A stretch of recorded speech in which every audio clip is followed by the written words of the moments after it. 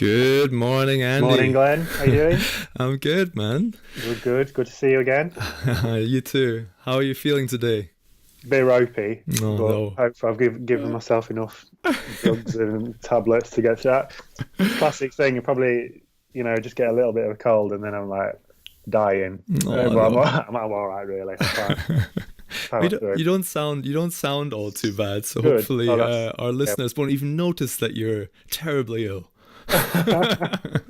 All right. Today I'd like to welcome British artist and art director Andy Welland to the podcast. Hi, Glenn. How you doing? I'm very good. Thanks very much, Andy.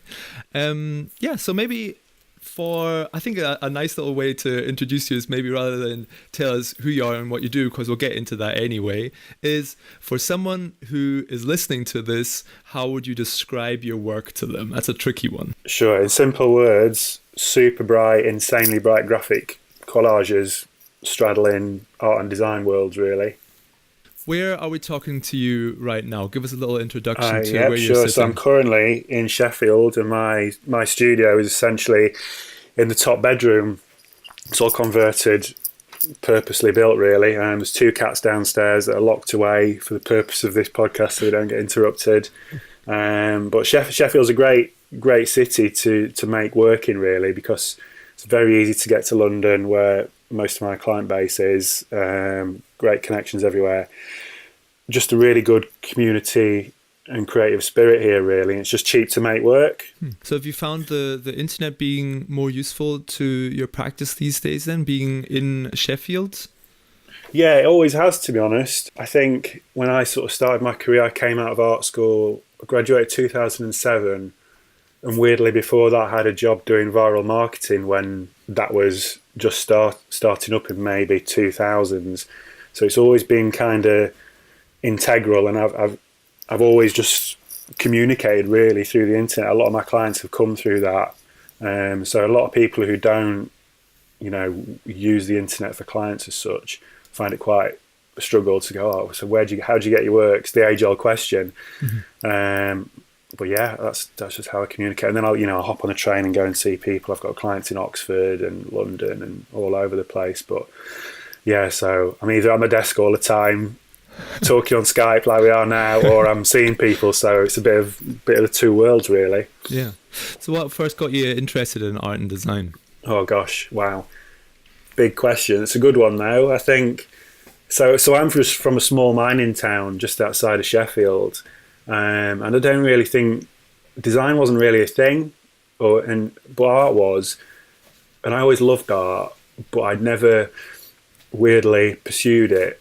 And the long story is essentially I did a computer course, a programming course straight out after school, because I wanted to be a games programmer, and I just never got on with it. I think I did the first year, and then I sort of struggled, and then always had this interest in art and design, never knew what it was, and I started picking up flyers in Sheffield. I used to come through as a sort of teenager and see these flyers, and there were the Designers Republic flyers at the time, and I remember seeing the cover of Edge magazine, which was a computer game news magazine, and it had a cover of Wipeout by DR, and I was like, oh my god, what is this? This is like, don't know what it is, it's really exciting and interesting. And then my design interest was sort of peaked then. So I did this college course, didn't kind of work. Then I fell into doing viral advertising for an agency in London. Very strange. And did that for a few years, and then I was kind of like, I just want to make stuff, but I don't know what I want to make.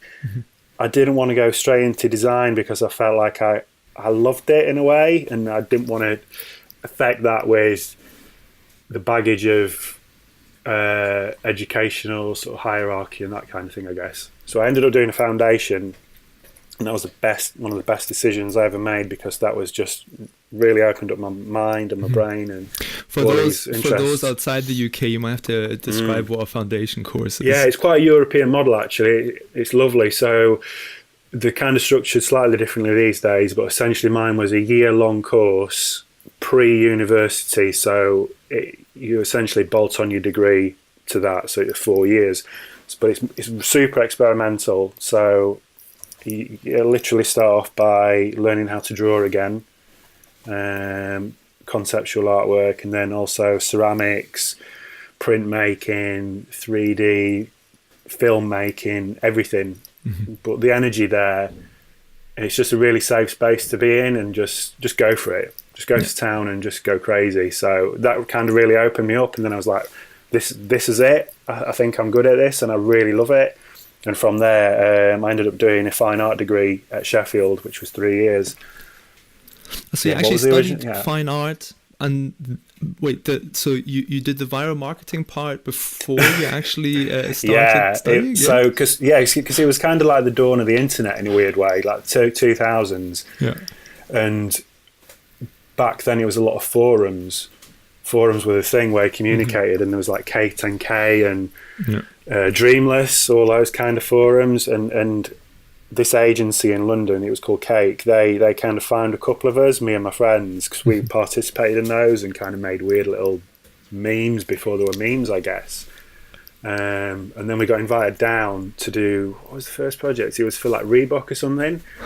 And we were like 17-year-olds going to London, sitting on beanbags in this meeting going, yeah, so what? You're paying us to go on the internet and talk about these products and things? And yeah, it was very strange. Brilliant. That sounds great.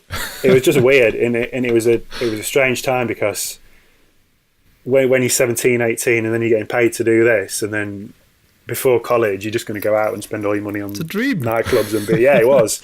And then after that, I was like, this is not. I either do this and I'm not really loving it, but it gave me the opportunity to spend some time to think about what I really wanted to do. Yeah. You got your art degree. Yeah. And after your studies, did you then go further into advertising, or? Yeah. So the beauty about that art course was it was very open. It was called a fine art course, but it was quite conceptual actually. But it gave you the freedom to go, I'm into painting, go do that. I'm into screen printing, right? Okay, great, go do that. I don't want to make any art, but I want to talk about it. You could do that, and I think by the end of my degree, I had this interest in graphic design, and I started to formulate my work around that. So I sort of made this, for my final piece, I think I made a children's storybook, and this sort of TP tent. It was all super conceptual, but it gave you a real grounding into what you could do. So from then I was like, right, I want to do a design career, but not quite design. I don't know what I want. But I ended up going for an internship in London at M&C Saatchi. And M&C Saatchi is an interesting one because they're essentially made up of lots of little companies within a bigger structure as such. And I managed to get an internship in the luxury division. And I think I was their first intern they ever had. And it was amazing. It was one of the best experiences, I think, just coming from a small town again and into London, and then you just see everything, and it's like, oh my god, all the energy and the possibilities of doing things. And that was an amazing experience because we worked on super high-end brands like Krug champagne and this kind of thing, and they had a really close relationship with Tom Hingston Studio. So there's, you're working with giants, and there's like Nick Knight who's photographing the campaign, and there was only like 3 or 4 of us in this team.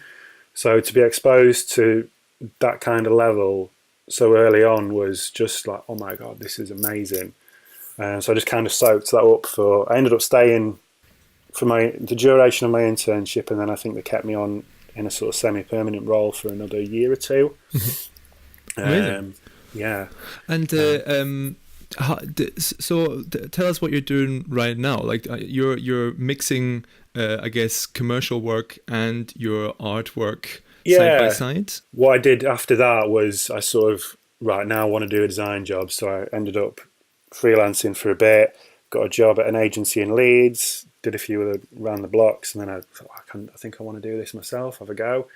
But I always remember going back to London and speaking to my boss then, and she said the best thing. She said, your best work is your super bright colours, full of energy. And I was like, oh, that's interesting. And never really, I don't know, it's a tricky one. I think as a designer, you wear a lot of different hats all the time, and sometimes it feels a bit schizophrenic.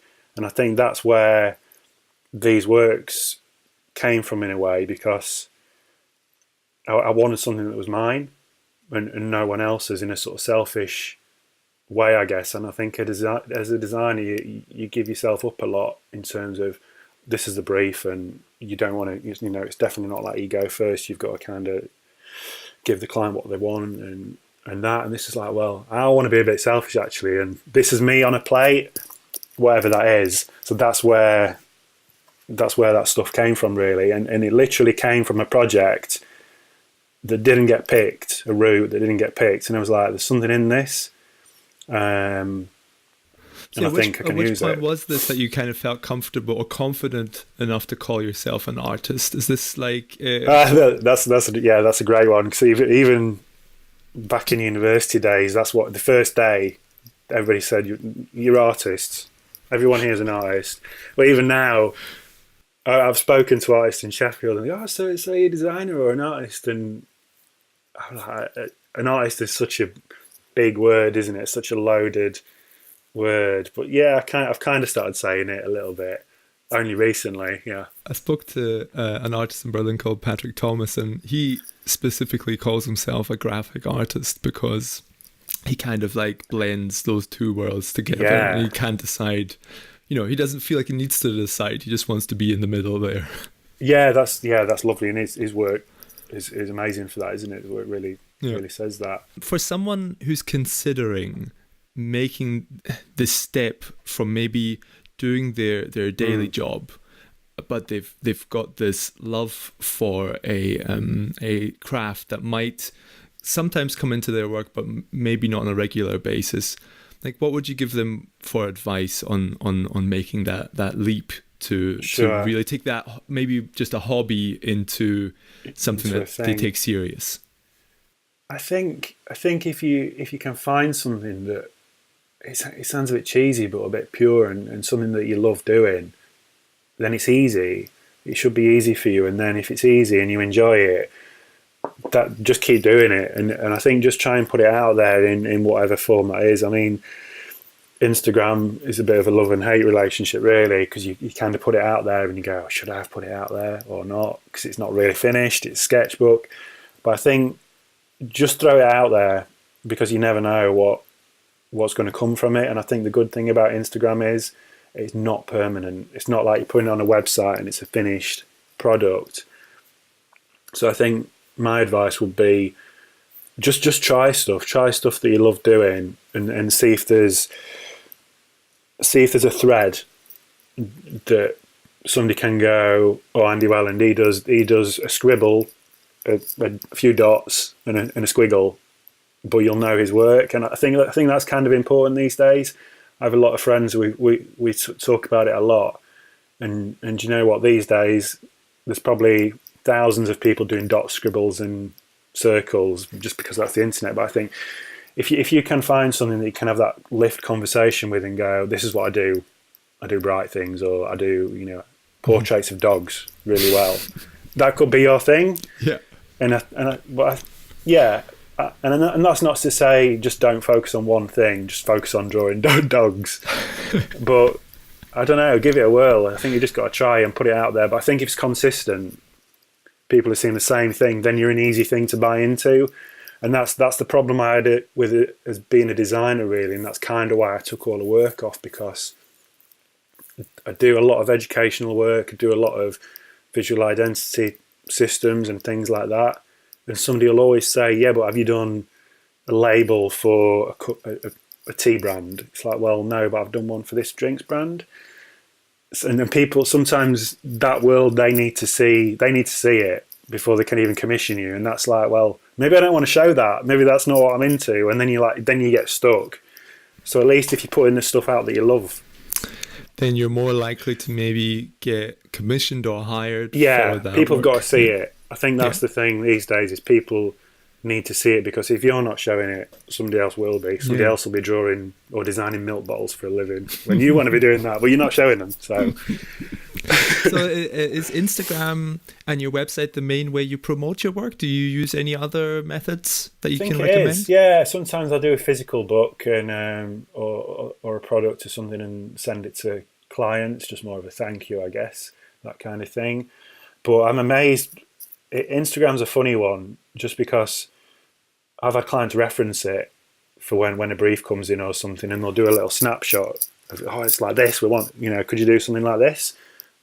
And like, it's just interesting to see that, especially from a design point of view, because normally you get a brief and all of that, where Instagram's a lot more, no, I want this, but could you just make that blue? That sort of thing. Yeah, but like, what's the creative brief like? Because you obviously have a unique perspective on the creative brief when it comes. Like, how do they compare from the design and the art world? Oh gosh, yeah, I mean, massively different. So I'm sure everybody listening knows a design brief can be amazing, or it can be like really vague, but I'd say the design briefs are more problem solving, very much. You've got to try and figure it out, and is that going to work, and how do we shove that bit in there, and how do we get more energy into that bit? Whereas the art briefs are just, I'm kind of new to it in a way, which is lovely, because I'm a bit naive to it, but it's very much more like, oh, can you do that, but just massive. So, and I think it's a great question, because the way I've structured my artwork is with an understanding of the design world.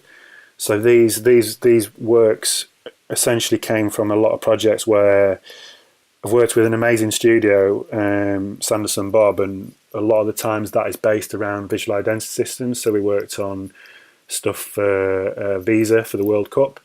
So it literally comes from, does it fit on a credit card, to does it fit outside a stadium, and how does that transition, that sort of scale. A bit like we did for the website, actually, for the Made by Folk headers. So there's a desktop version and then a mobile version. So how does that scale? How does it work? So I think if you've got those fundamentals as a designer in your mind, if somebody says, right, we want to put it on a stamp, okay, I can do that. I want to put it on a side of a building. But yeah, I think designers make a great transition into the art world because they've already figured out the fundamentals. But yeah, back to your original question in terms of the briefs, they're just more fluid, I think, more open. So I think it's just a case of you've got to make your own constraints. But I think coming from an art world is you do that anyway, because you've got, and also from design, these are the walls you've set up, so it's got to fit in that space. So I always dislike the question, where do you get inspiration from, because it's so thrown around.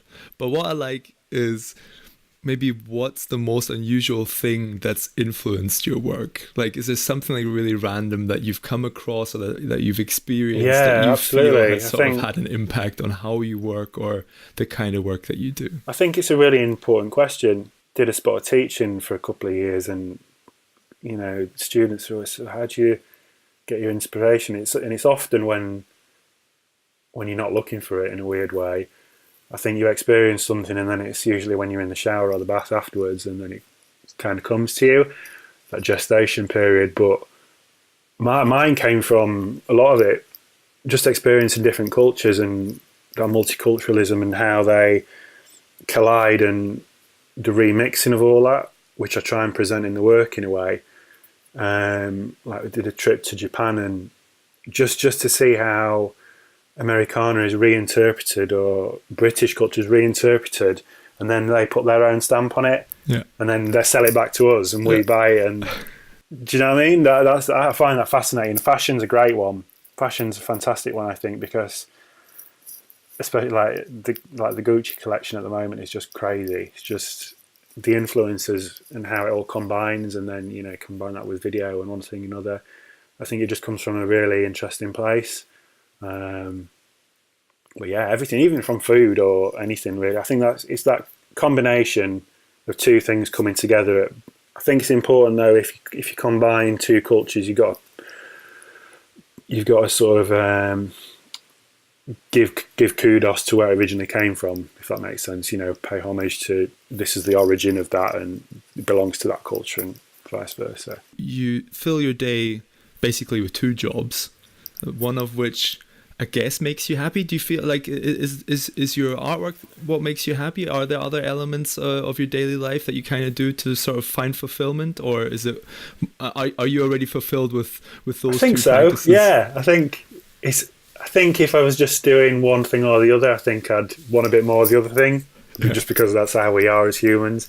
I still get joy out of design projects because you kind of wrangle in this thing and nobody knows what it is yet, and then you make something together, and it might not have been how you originally wanted or what you intended, but then it's made somebody really happy and it's doing the purpose for them, and then it kind of lives on. So that's always lovely. But the art is amazing because it's just so pure from you. And when you see a piece of work in what, like, I've got big pieces in the We Work offices, and the best comment is when somebody goes in and goes, "Wow," and you see their eyes light up because of the colour, and that's you just can't beat that. That's like, I want more of that. Essentially, I bet it's quite an addictive feeling to get that kind of reaction from your work. Yeah, it is. It sounds really egotistical, but I imagine it's how rock stars feel in a weird way, or like, do you know what I mean? Because you're putting yourself out there on a stage and you're going, "This is me," and then if somebody likes it, you kind of go, "Oh no, I want a bit more of that." Actually, yeah. Can we do it bigger? Can we do more? Can we show? My next question, funnily enough, was going to be, what are you most proud of? I presume maybe is there a piece of work, or is it like your creative work as a whole? Is there something specific that you could pick out that you feel proud of? I think I wouldn't say there's a particular piece. I think it's more my practice, I guess, because it's kind of come full circle. Just from art school and then going into design and then back again and tying it all together, but doing enough that I know that in theory I could do a lifetime of this work and extend it. And the stuff I've kind of put out online is maybe like 3% of where it's going and what it can be. So there's like a lot of ambition there to just get into that next stage, really. So I'm just kind of, I think I just feel proud that I've kind of made it this far, really. Awesome. So for anyone that wants to see more of Andy's work, you can find it all on our website. We'll show some of his work in the video as well that we're recording for this podcast. Andy, would you want to maybe send people to any specific websites or channels? Sure. Well, there's your fantastic site, of course. Just done an exclusive run of prints actually at an amazing shop in Dublin called Hen's Teeth. Nice. So that's the only place to buy those recent scree prints, and there's a few secret projects coming up in the works, but aside from that, Instagram, of course, which is at Mecha Squid. I'm sure you've got a link on your website. Will do. That's great, really. Thank you. Awesome. Thanks very much, Andy. It's been a pleasure talking to you. You too. Thanks, Glenn. Bye bye.